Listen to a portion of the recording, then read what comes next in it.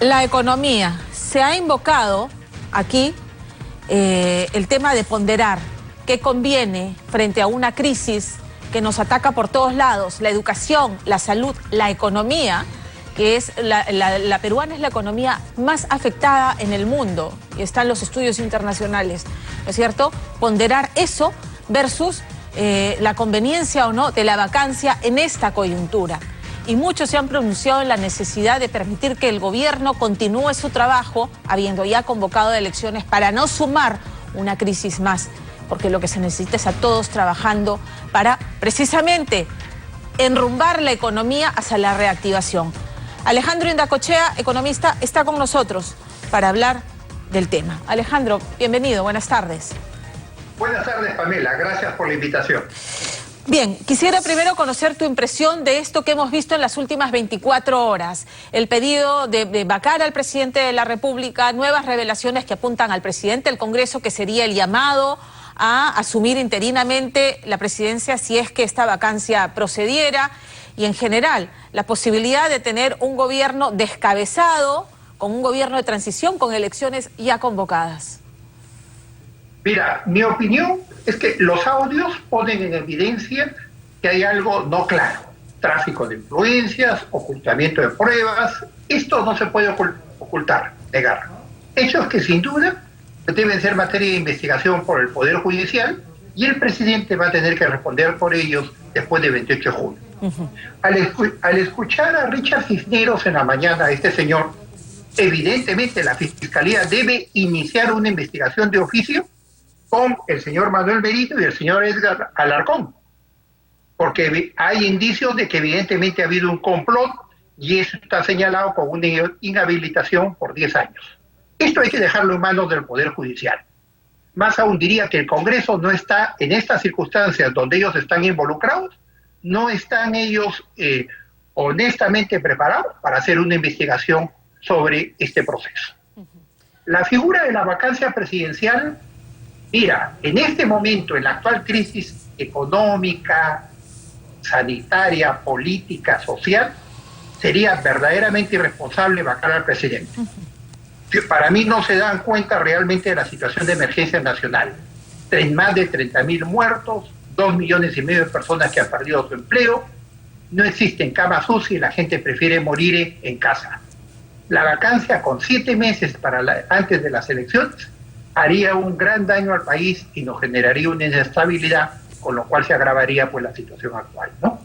Hablemos del tema que dominas bien, Alejandro. La crisis económica. Perú ocupa el primer lugar en el mundo en nivel de afectación de la economía. Estamos en una recesión, los niveles de desempleo y de paralización económica. Grafícanos cuál es el panorama al día de hoy a nivel económico. Mira, acá se dio un mensaje no adecuado desde el inicio, porque se dio el mensaje que teníamos recursos boyantes y que realmente teníamos una gran capacidad económica, una gran solidez para afrontar esta crisis. Esto no es cierto.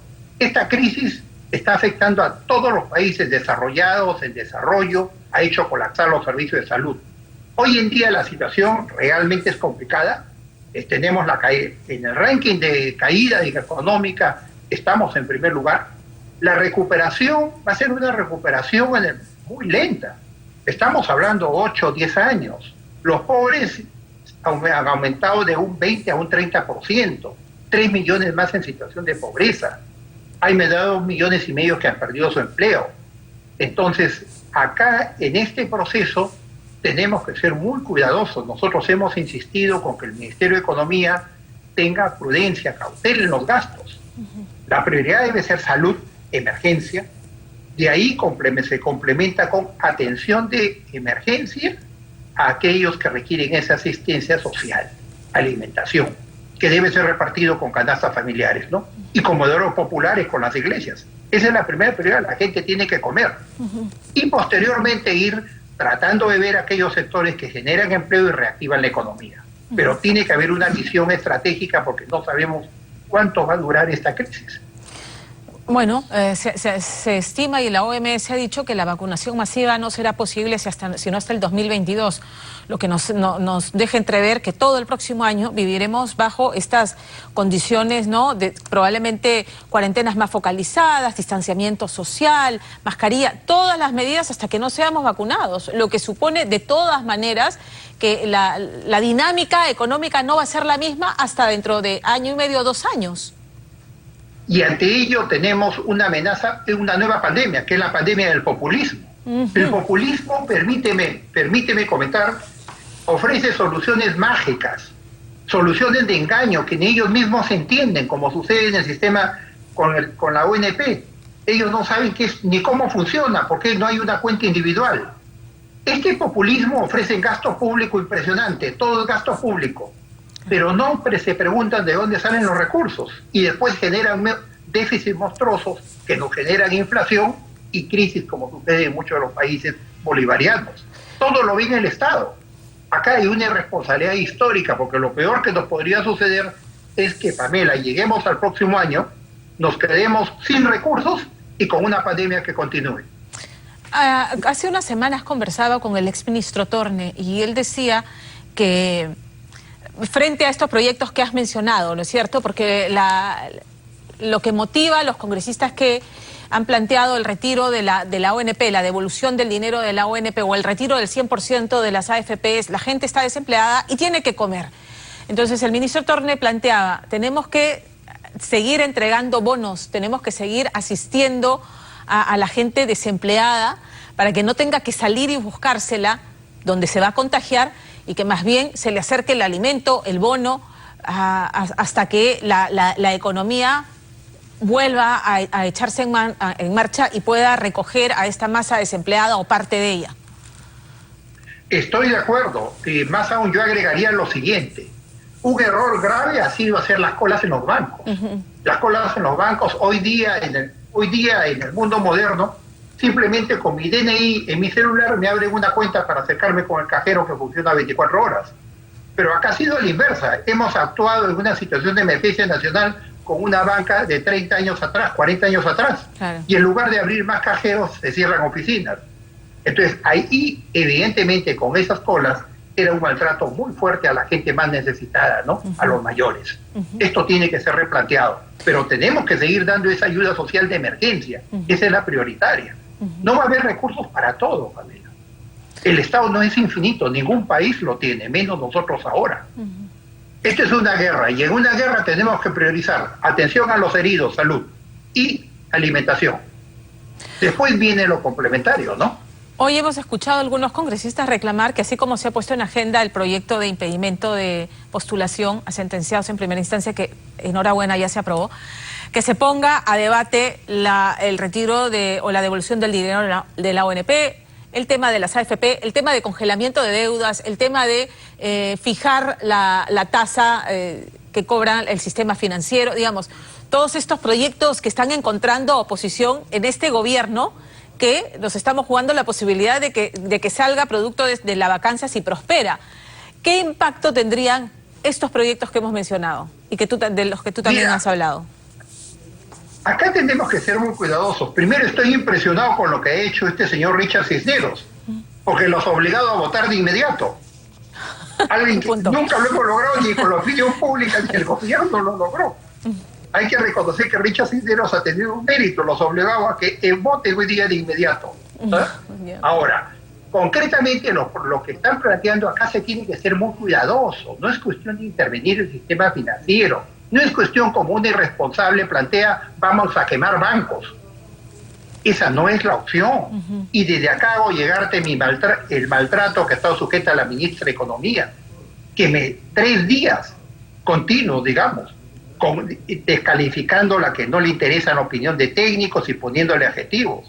Y a mí me extraña que no haya habido ninguna asociación de mujeres que proteste sobre ese maltrato, ¿no? Pero bueno, el tema, lo que ellos plantean de la ONP, no hay una cuenta individual. Yo estoy de acuerdo con que hay que reconocer los derechos. Es un maltrato que se ha dado a la gente, a los pensionistas. Hagámoslos con bonos de acuerdo al monto y la antigüedad. Pero que la gente tenga en cuenta que evidentemente a futuro ya no va a tener la misma disponibilidad de fondos en el caso de los fondos privados de pensiones. Y con los bancos tenemos que ser cuidadosos. Hay entidades que están también complicadas. Entonces hay que irlas fusionando, concertando con ellos, poniendo un tope a la tasa de interés. Esto requiere un manejo técnico. El congelamiento de pago de créditos, porque la congresista a la que tú haces referencia respecto al maltrato de la ministra de Economía es la misma que esta mañana ha pedido que se ponga en debate esos proyectos. Cecilia García ha dicho, entonces pongamos a debate el tema del congelamiento de pago de créditos, ¿no? Y el control de las tasas. ¿A quién afectaría principalmente el congelamiento de pago de créditos, por ejemplo? ¿A la gran banca, a los 15 grandes bancos? Porque también hay que contar en el sistema financiero a las pequeñas cajas rurales, municipales, a las pequeñas financieras que le hacen préstamos a los micro y pequeños empresarios que son los más afectados también, ¿no es cierto? Principalmente a los pequeños. Entonces, en el caso de las cajas municipales, las pymes. Es que eso es populismo. A quienes afectaría justamente serían a las entidades más pequeñas, porque las entidades grandes tienen más colchón y lo que nos llevaría es una mayor concentración bancaria. Una persona que pregona, que dice que no le interesa la opinión técnica económica, que esos son teóricos, descalifica a una graduada de Harvard, señala que hay que salir a quemar los bancos, señala que hay que chapar su choro para poder hacer justicia, evidentemente no tiene autoridad para generarnos dar una expectativa de este tipo. El populismo, Pamela, se caracteriza porque dan soluciones fáciles a problemas que ellos no entienden, engañan a la población. Y hoy día con la pandemia es muy fácil caer en el engaño con la población. Me pongo a pregonar, a pedir que repartan dinero y generan colapsos pues en el sistema económico del país. No queremos volver al pasado, no queremos volver a la hiperinflación, estamos hipotecando a la generación del futuro. La contraparte en el sistema financiero para frenar que este proyecto pudiera prosperar, ¿ha sido suficiente con reprogramar las deudas, para paliar los meses en los que la gente que tiene estos créditos no ha podido pagar porque no tuvo empleo, porque no estuvo generando ingresos? ¿Qué debería ocurrir del otro lado? Porque me queda claro que el congelamiento de deudas afecta principalmente a las pequeñas financieras y cajas que le prestan dinero a los pequeños y medianos empresarios. Entonces, ¿cuál debiera ser la contraparte? ¿Es suficiente con lo que se ha hecho hasta ahora? Mira, yo estoy de acuerdo con un tope a la tasa de interés. Ya que eso rige en muchos de los países. Entiendo que en Chile y en Colombia, pero que en Chile no ha tenido muy buenos resultados. Pero es una pauta, es una señal. Es una señal para el sistema. Y de otra manera, introducir, digamos, una mayor competencia, y los bancos ya están llevando a cabo una reprogramación. Ahí tiene un rol importante que cumplir la superintendencia. Pero no simplemente decir, no me pagues nada y te condono las deudas. Eso genera un problema mayor, va a generar una descapitalización en el sistema financiero que quiebre en las pequeñas entidades, y a los que ella trata de proteger van a ser los más afectados. Ese es populismo. De acuerdo. ¿Ya? Entonces acá acá hay una nueva pandemia, la pandemia del populismo. ¿Ya? Y realmente yo estoy muy preocupado porque en el periodo que queda es un Congreso que no aprueban proyectos sin ningún sustento, sin ninguna evaluación. No hay un análisis costo-beneficio, qué va a significar esto para más adelante. ¿No? Pongamos como el caso de los peajes, ¿no? Y el Tribunal Constitucional muy preocupado, porque la poca institucionalidad que tenemos la van ellos a derrumbar, ¿no? Bueno, claro, es parte de su encargatura elegir a los miembros del Tribunal Constitucional, ¿no es cierto? Y esa es otra de las tareas que están pendientes en medio de esta crisis. Pero ellos no entienden de que el Tribunal Constitucional es la máxima instancia en el país, que esa es institucionalidad. Señalan libremente que el Tribunal Constitucional no tiene por qué darle reglas de juego al Congreso. En otras palabras, yo diría que en el próximo Congreso tenemos que dar un curso de civismo básico, cómo funciona el país, cómo funciona el Banco Central, cómo funciona la institucionalidad. Porque esto realmente es una ignorancia supina que estoy viendo a nivel del Congreso en la toma de decisiones, ¿no? Alejandro, muchas gracias por este análisis, por estas alertas que estás levantando, y no será la última vez que conversemos. Muchísimas gracias. Gracias a ustedes, Pamela. Gracias por la invitación. Gracias. 1:55, alerta informativa.